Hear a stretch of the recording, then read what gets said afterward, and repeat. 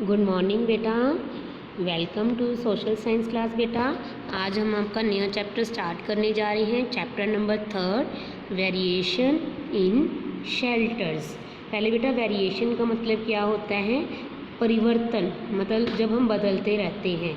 इन shelters, shelters क्या होता है? ठहरने का स्थान। ठीक है बेटा। तो मतलब कि हमारे ठहरने के स्थान में पहले बेटा जो अर्ली मैन थे उनके जो शेल्टर्स में परिवर्तन आते ही रहते थे। पहले वो केव्स में रहते थे, फिर धीरे धीरे हट्स में आए, फिर धीरे धीरे उन्होंने बंगले हाउस, पक्के हाउस जो है बनाने स्टार्ट किए। तो आज हम इस चैप्टर में इनके शेल्टर्स के वेरिएशंस के बारे में ही पढ़ेंगे। ठीक है बेटा, let's start now. Look at the pictures of the Bhimbetka rock shelters of Madhya Pradesh. देखो आपको नीचे पिक्चर्स दी गई हैं। ये किस चीज़ की पिक्चर्स हैं? ये मध्य प्रदेश के भीमबेटका रॉक्स की पिक्चर्स हैं। They are the ancient stony rock shelters with paintings. ये बहुत ही पुरानी रॉक शेल्टर्स हैं। और जब पहले बेटा इनमें जब रहते थे ना अर्ली मैन, तो वो इन्हीं की रॉक्स के ऊपर ही पेंटिंग्स वगैरह भी करते थे। These permanent settlements are over 9000 years old। और ये जो परमानेंट सेटलमेंट है ये कौन सी है? 9000 years old पुरानी है। They are 700 in number and have around 400 paintings. हमें जो इतनी ऐसी जो गुफाएं हैं, ऐसी जो रॉक शेल्टर्स हैं, ये काउंटिंग में अगर देखो तो हमें 700 मिले हैं। और अगर इनमें हम पेंटिंग्स की बात करें तो पेंटिंग्स हमें 400 पेंटिंग्स हैं वो मिली हैं। और इन पेंटिंग से ही हमें they give us a lot of information about the life, tools and implements of the early man. अब देखो बेटा हम ये कह रहे थे कि अर्ली मैन पहले केव्स में रहते थे। ठीक है, वो लीव्स पहनते थे, वो रॉ मीट खाते थे। हमें ये सब कुछ कैसे पता चला बेटा? हम उनकी जो रॉक्स पर पेंटिंग्स की हुई है उन्हीं से हमें ये सारी इन्फॉर्मेशन है जो अर्ली मैन के बारे में, उनकी लाइफ के बारे में, उनके टूल्स के बारे में, हमें ये सारी इन्फॉर्मेशन इन रॉक्स से ही मिली है। The discovery of this caves has linked us to the prehistoric man. देखो ये जो हमने केव्स की डिस्कवरी की है, इन्होंने हमें प्री हिस्टोरिक मैन मतलब अर्ली मैन की लाइफ के बारे में सारा कुछ बताया है। Isn't it amazing? क्या ये अमेजिंग नहीं है? अगर ये ना होती तो हमें पता ही ना चलता कि अर्ली मैन कैसे रहते थे। ओके बेटा, नेक्स्ट हम करेंगे हिस्ट्री ऑफ हाउसेस। कि अब जो हम हाउसेस में रहते हैं तो वो हाउसेस कैसे बने, सबसे पहले लोग कैसे रहते थे, उसके बारे में हम डिटेल में पढ़ेंगे। अब देखो caves were the earliest form of shelter for man. सबसे पहले आदमी ने जो सबसे अर्लीस्ट फॉर्म थी शेल्टर की वो क्या है? केव्स। केव्स मतलब गुफा। When the early man gave up hunting and food gathering. लेकिन जैसे जैसे अर्ली मैन ने हंटिंग को छोड़ दिया और फूड गैदरिंग मतलब कि फूड इकट्ठा करने के लिए इधर उधर जाना छोड़ दिया, he became a food producer. वो फूड प्रोड्यूसर बन गया, उसने वीट क्रॉप्स वगैरह उगानी शुरू कर दी। This was the beginning of agriculture. उसने एग्रीकल्चर स्टार्ट कर दी।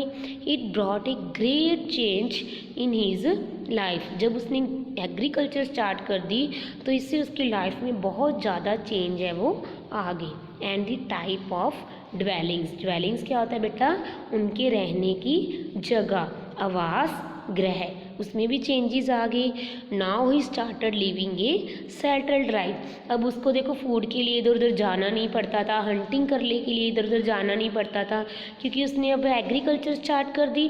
तो एग्रीकल्चर के साथ उसकी सेटल्ड लाइफ है वो स्टार्ट होगी। और उन्होंने सेटल्ड लाइफ कहाँ स्टार्ट की?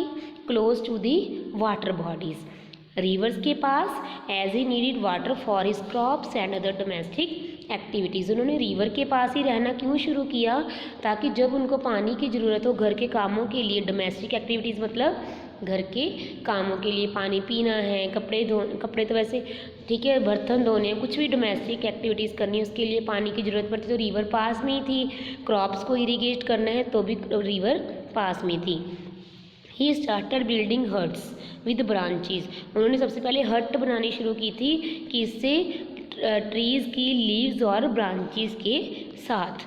Later on the early man discovered that the walls of the huts could be made with mud.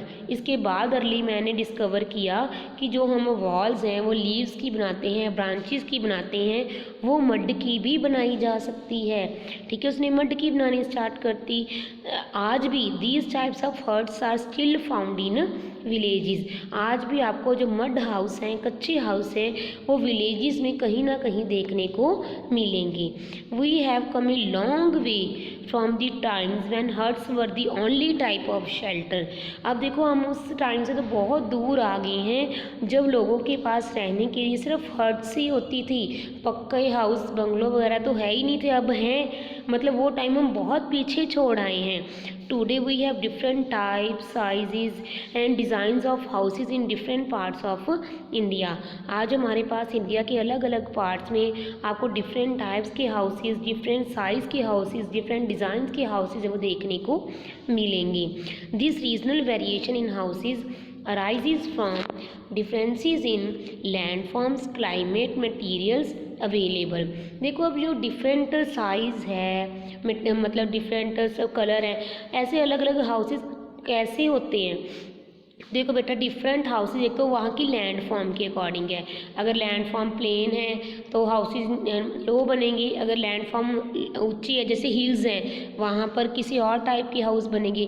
Climate के हाउस हिसाब से अगर क्लाइमेट बहुत ज़्यादा गर्म है तो हम ओपन हाउस पसंद करते हैं, अगर क्लाइमेट बहुत ज़्यादा ठंडा है कहीं जगह का तो हम क्लोज हाउसेज है वो पसंद करते हैं। मटेरियल के हिसाब से अगर कहीं पर मटेरियल अच्छा मिल ही नहीं रहा है तो हम मड हाउसेज में रहेंगे। मतलब इन सारी चीज़ों को ध्यान में रखते हुए जो हाउस की डिफरेंट टाइप्स को देखा गया है।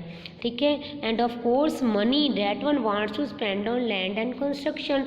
और सबसे मेन पार्ट है हमारा मनी का, जितने हम पैसे खर्च करेंगे उसके हिसाब से ही लैंड एंड कंस्ट्रक्शन है वो होगा। ठीक है बेटा, आई होप आप सबको यहाँ तक समझ आ गया होगा बेटा।